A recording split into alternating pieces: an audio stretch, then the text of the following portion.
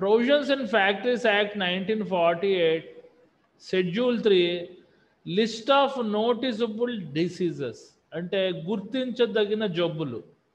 ఇది సెక్షన్ 89, 90లో ఉంటాయి. ఇంచుమించు 35 ఉంటాయి.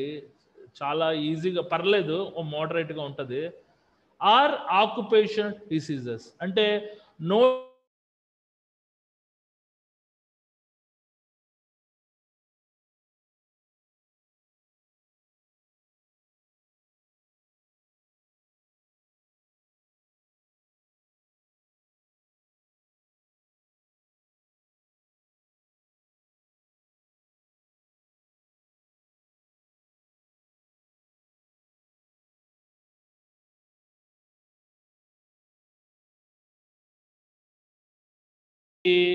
IS 105లో క్వశ్చన్ నెంబర్ 22 ఇదే ఆన్సర్. అంటే ఇంపార్టెంట్ క్వశ్చన్స్లో IS 105 ఇంపార్టెంట్ క్వశ్చన్స్లో question number 22 plus IS 106 important క్వశ్చన్స్లో question number 24, IS 106 question number 34 ఏది అడిగినా ఇదే ఆన్సర్ రాయాలి. ఓకేనా? ఈ టోటల్ 36 అంటే IS 106లో 2 సార్లు రిపీట్ అయింది. That doesn't matter. ఇది 105లో నోటిసబుల్ డిసీజెస్ కింద అడుగుతాడు అండర్ సెక్షన్ 89, 90. IS 106కి వచ్చేసరికి ఆక్యుపేషనల్ డిసీజెస్ అని అడుగుతాడు. అంటే వృత్తిపరంగా వచ్చే జబ్బులని. చూడండి, రైట్. ఇప్పుడు కమింగ్ టు ది సబ్జెక్ట్ ఏంటి? List of noticeable diseases under section 89, 90 schedule 3లో ఉండే జబ్బుల గురించి మాట్లాడుతున్నాను. మొత్తం ఎన్ని ఉన్నాయి? టోటల్ 39 ఉన్నాయి. కొద్దిగా టెర్మినాలజీ కష్టంగానే ఉంటుంది, యాస్టీస్గా బైహార్ట్ చేయండి. వీలైనంత వరకు నాకున్న నాలెడ్జ్లో తెలుగులో ఎక్స్ప్లెయిన్ చేయడానికి ట్రై చేస్తాను.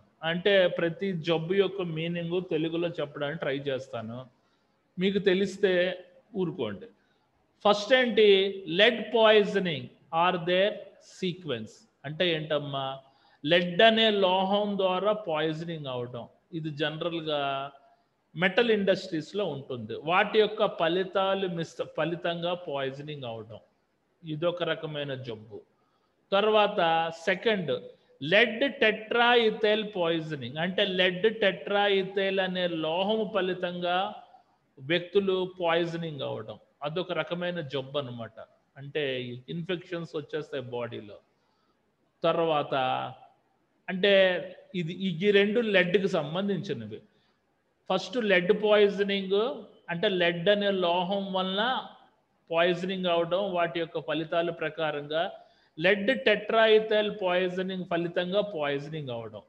నెంబర్ 3 వచ్చేసరికి పాస్పరస్ పాయిజనింగ్ అంటే ఆర్ ఇట్స్ సీక్వెల్. పాస్పరస్ అనే లోహము ఫలితంగా వాటి యొక్క ఫలితాలు మిశ్రమం ఫలితంగా పాయిజనింగ్ అవడం. ఓకేనా? ఇది. తర్వాత number 4 mercury poisoning or its sequel. Mercury కూడా it will create the chemical hazards, everybody should know. Mercury అనే లోహం ఫలితంగా లేదా వాటి యొక్క ఫలితాలు మిశ్రంగా పాయిజనింగ్ అవడం. అంటే మెర్క్యూరీ అనేది డైరెక్ట్ అయినా ఉండొచ్చు ఆర్ ఇండైరెక్ట్ అయినా అయి ఉండొచ్చు. ఇట్స్ సీక్వెల్ అంటే వాటి యొక్క ఫలితాలు మిశ్రంగా. ఓకే.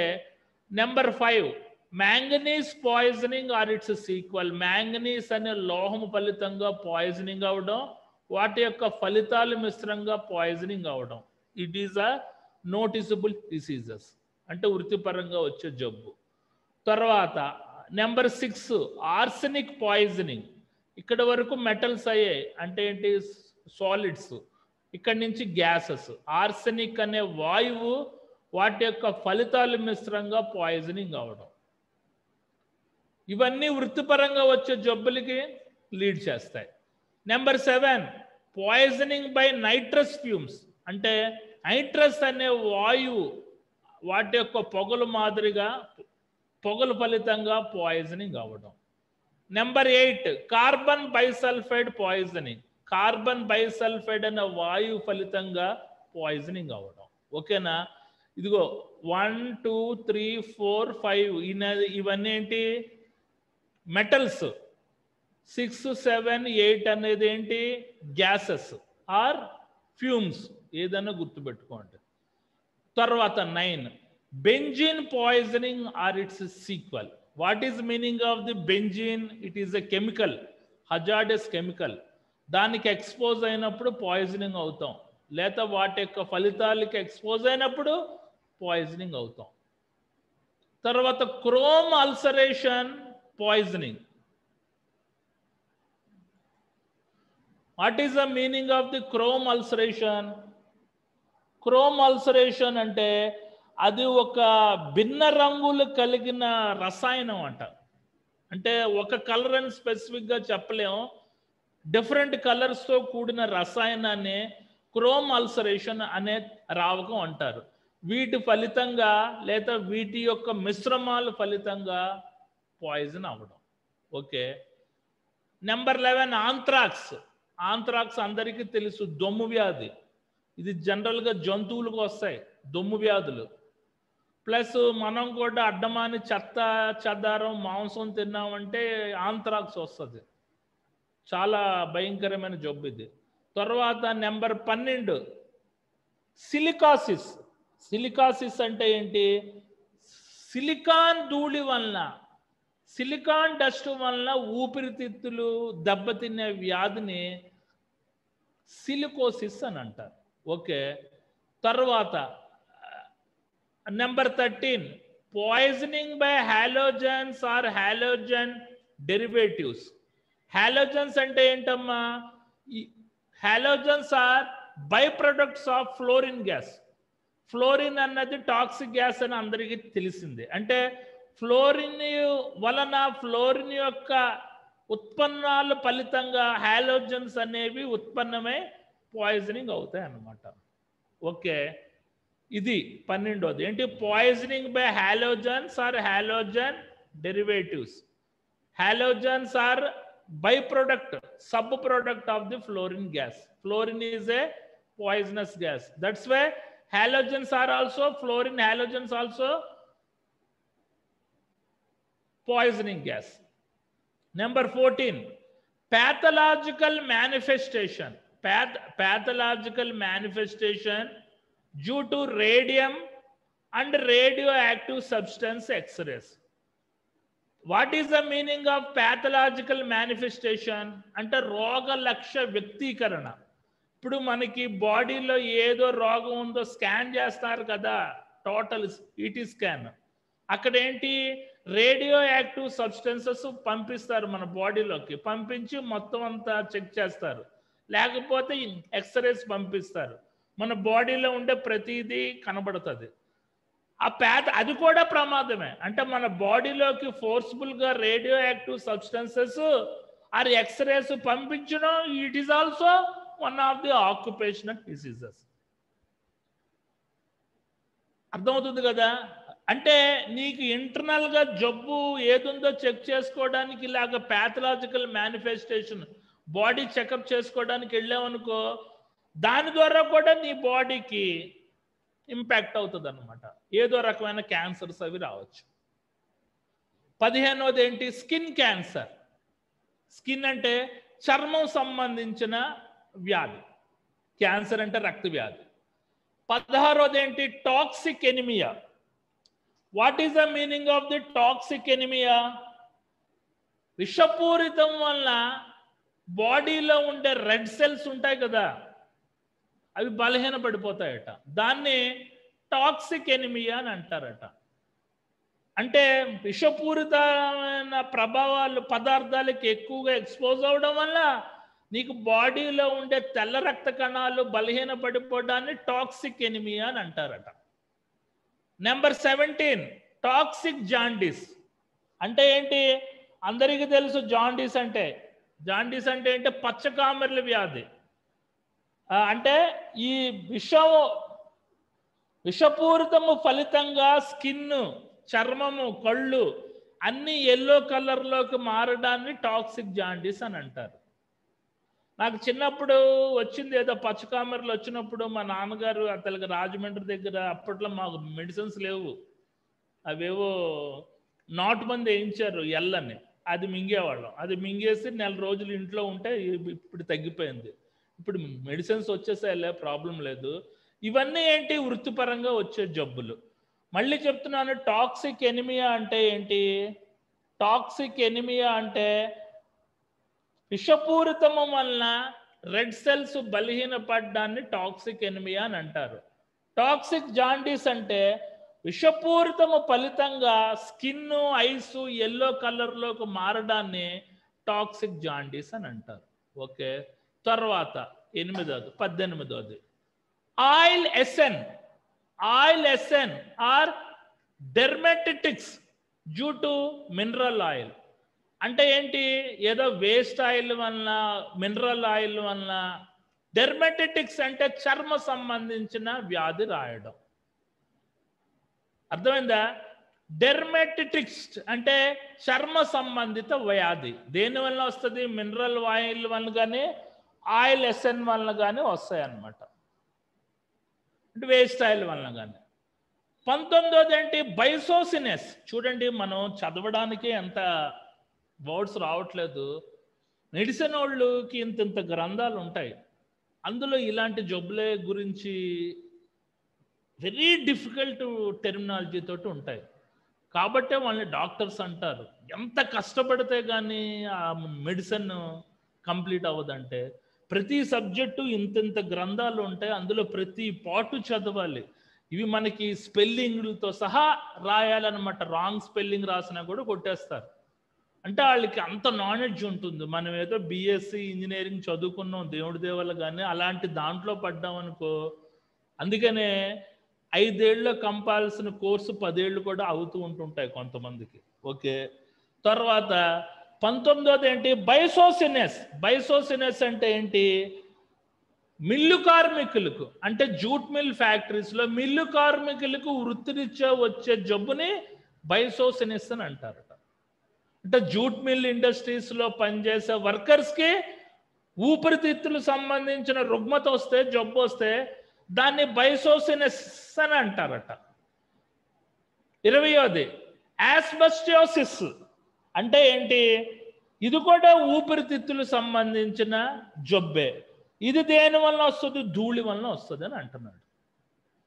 సిలికాన్ ధూళి వలన వస్తుంది అని అంటున్నాడు. ఓకే, తర్వాత 21 allergic sensitizers due to direct contact with paints and chemicals. అంటే ఆ రసాయనాలకి నువ్వు డైరెక్ట్ కాంటాక్ట్ అయినా, పెయింట్కి డైరెక్ట్ కాంటాక్ట్ అయినా నీ బాడీ మీద దద్దుర్లు రావడం. అలర్జెటిక్ సెన్సిటైజర్స్ అంటే ఇంత వస్తాయి దద్దుర్లు రావడం. అది కూడా వృత్తిపరంగా వచ్చే జబ్బు. అంటే జనరల్గా కెమికల్ క్లీనింగ్ యాక్టివిటీస్ చేసే వాళ్ళకి, పెయింటర్స్కి వస్తుంటాయి ఇలాంటివి, అలర్జెటిక్ సెన్సిటైజర్స్ అని. Number 2 noise induced hearing loss. అంటే నీకు సౌండ్ పొల్యూషన్ 90 డెసిబెల్స్ దాటిందంటే you have to wear ear muffs or ear plugs. Otherwise నీకు ఇలాంటి ప్రాబ్లం వస్తుంది. నీకు హీరింగ్ ప్రాబ్లం వస్తుంది, కలర్ బ్లైండ్నెస్ వస్తుంది. ఇది కూడా ఎక్కువ శబ్దం చేసే ఇండస్ట్రీస్లో పనిచేసే వాళ్ళకి వృత్తిపరంగా వచ్చే జబ్బు అన్నమాట. తర్వాత 23 బెరీలియం పాయిజనింగ్. అంటే బెరీలియం అనే రసాయనం వల్ల పాయిజనింగ్ అవడాన్ని బెరీలియం పాయిజనింగ్ అని అంటారు. తర్వాత 24 carbon monoxide poisoning. What is the meaning of the carbon monoxide? Carbon monoxide అనే గ్యాస్ వల్ల బాడీ విషపూరితం అవ్వడం. నువ్వు ఎక్కువగా చూడండి, automobiles vehicles, especially diesel vehicles నుంచి కార్బన్ మోనాక్సైడ్ ఎక్కువ వస్తుంటుంది. ఇది one of the green house gas కూడా, పర్యావరణాన్ని దెబ్బతినేస్తూ ఉంటుంటుంది. తర్వాత కోల్ మైన్స్ న్యూమోకోనిసిస్. కోల్ మైన్స్ న్యూమోకోనిసిస్ అంటే ఏంటి? అంటే బొగ్గు గనుల్లో పనిచేసే కార్మికులకి వృత్తిరీత్యా ఊపిరితిత్తులు సంబంధించిన రుగ్మత రావడాన్ని కోల్ మైన్స్ న్యూమోకోనిసిస్ అని అంటారట. మన సింగరేణి క్యాలరీస్ ఉంటుంది కదా తెలంగాణ, అక్కడ ఎనీ కోల్ మైన్స్లో పనిచేసేటోళ్ళకి ఊపిరితిత్తులు సంబంధించిన రుగ్మత వస్తుంటుంది, వృత్తిపరంగా వచ్చే జబ్బు. దాన్ని కోల్ మైన్స్ న్యూమోకోనిసిస్ అని అంటారట. ఓకే. 26 పొసాన్ పాయిజనింగ్. పొసాన్ పాయిజనింగ్ అంటే ఏంటి? రంగులేని విషవాయువు. పొసాన్ అంటే రంగులేని విషవాయువు. దీనివల్ల పాయిజనింగ్ అవడం. Isocyanates poisoning. What is the meaning of the isocyanates? Isocyanates అనే ద్రావకం వల్ల పాయిజనింగ్ అవ్వడం అని అంటున్నాడు. 29 టాక్సిక్ నిప్రిట్స్ అంటే విషపూరితం వల్ల మూత్రపిండాలు, నిప్ట్రిక్స్ అంటే మూత్రపిండాలు దెబ్బతినే వ్యాధిని టాక్సిక్ నిప్ట్రిక్స్ అని అంటారు. Number 30 viral hepatitis. మీకు వినే ఉంటారు హెపటైటిస్ బి. హెపటైటిస్ బి లోపం వల్ల ఏంటి? కాలేయము సంబంధించిన వ్యాధి వస్తుంది. అర్థమైందా? కాలేయము సంబంధించిన వ్యాధిని వైరల్ హెపటైటిస్ అని అంటారు. Number 31 poisoning by cadmium. Cadmium అనే లోహం వల్ల పాయిజనింగ్ అవడాన్ని పాయిజనింగ్ బై క్యాడ్మియం అని అంటారు. ఓకేనా? రైట్. తర్వాత cancer of lungs, liver and brain. అంటే ఎన్విరాన్మెంట్ డస్టీగా ఉంటే ఇలాంటి లంగ్స్ క్యాన్సర్ వస్తుంది. చెత్త చెదారం మందు అది తాగుతూ ఉంటే లివర్ క్యాన్సర్ వస్తుంది. తర్వాత 33 కార్డియోవాస్కులర్ డిసీజెస్ అంటే గుండెకి సంబంధించిన వ్యాధిని కార్డియోవాస్కులర్ డిసీజెస్ అని అంటారు. 34 malaria and malaria and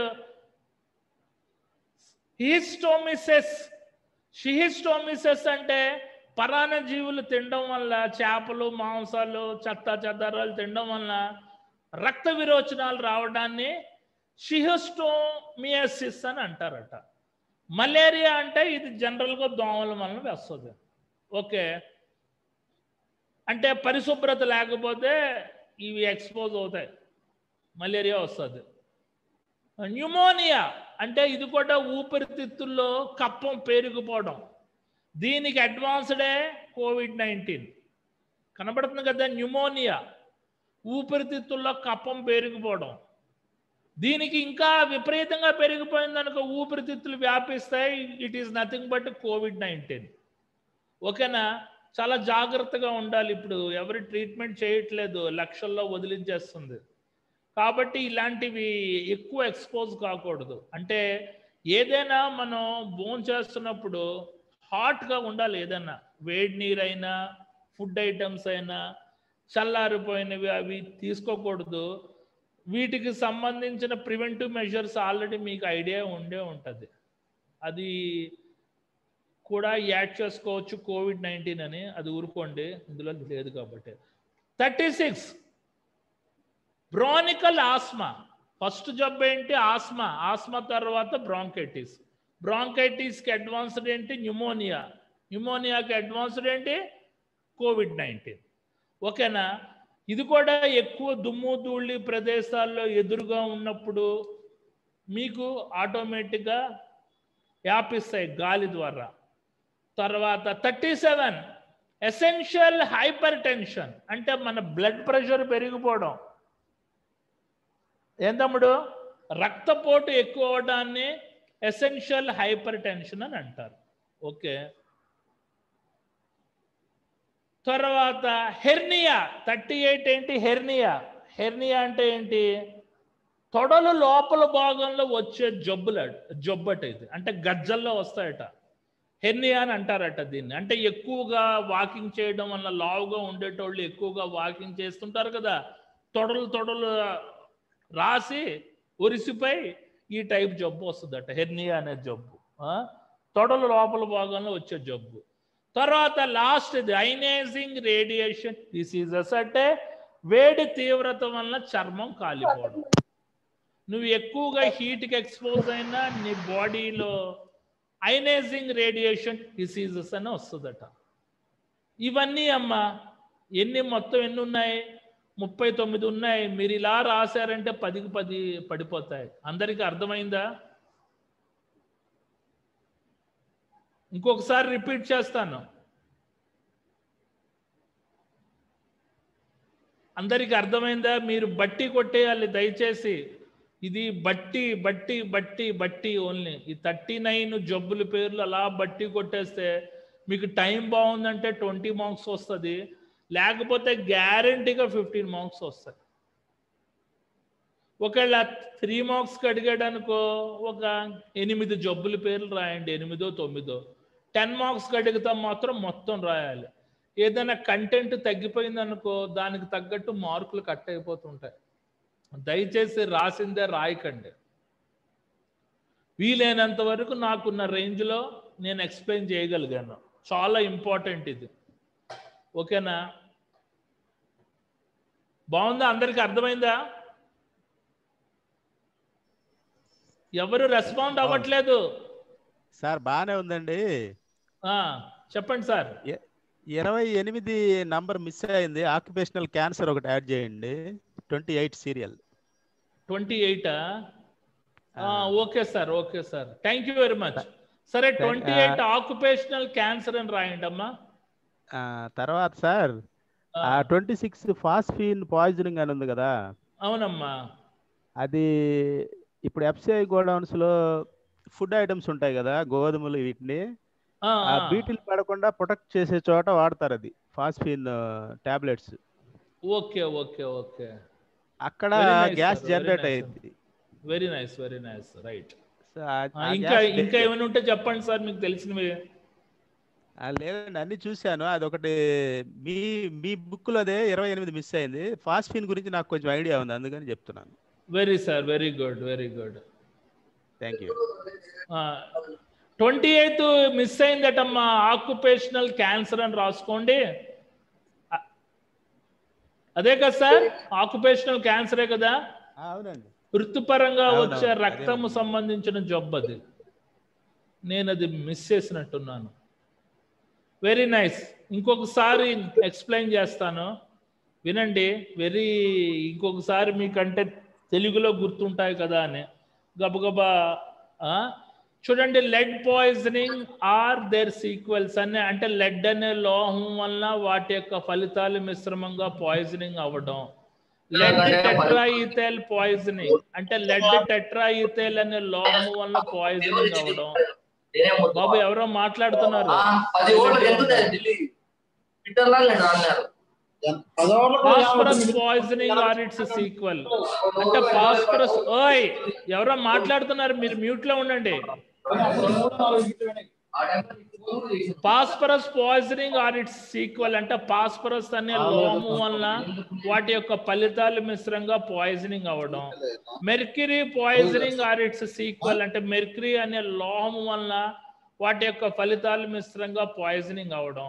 manganese poisoning or its sequel. Manganese అనే లోహం వలన వాటి యొక్క ఫలితాలు మిశ్రంగా పాయిజనింగ్ అవ్వడం. Arsenic poisoning or its sequel. ఇది ఆర్సెనిక్ అనే విషపూరితమైన వాయువు వలన పాయిజనింగ్ అవ్వడం. Poisoning by nitrous fumes. Nitrous సంబంధించిన వాయువుల ద్వారా పాయిజనింగ్ అవడం. తర్వాత carbon bisulphide poisoning. Carbon bisulphide అనే వాయువు వలన పాయిజనింగ్ అవ్వడం.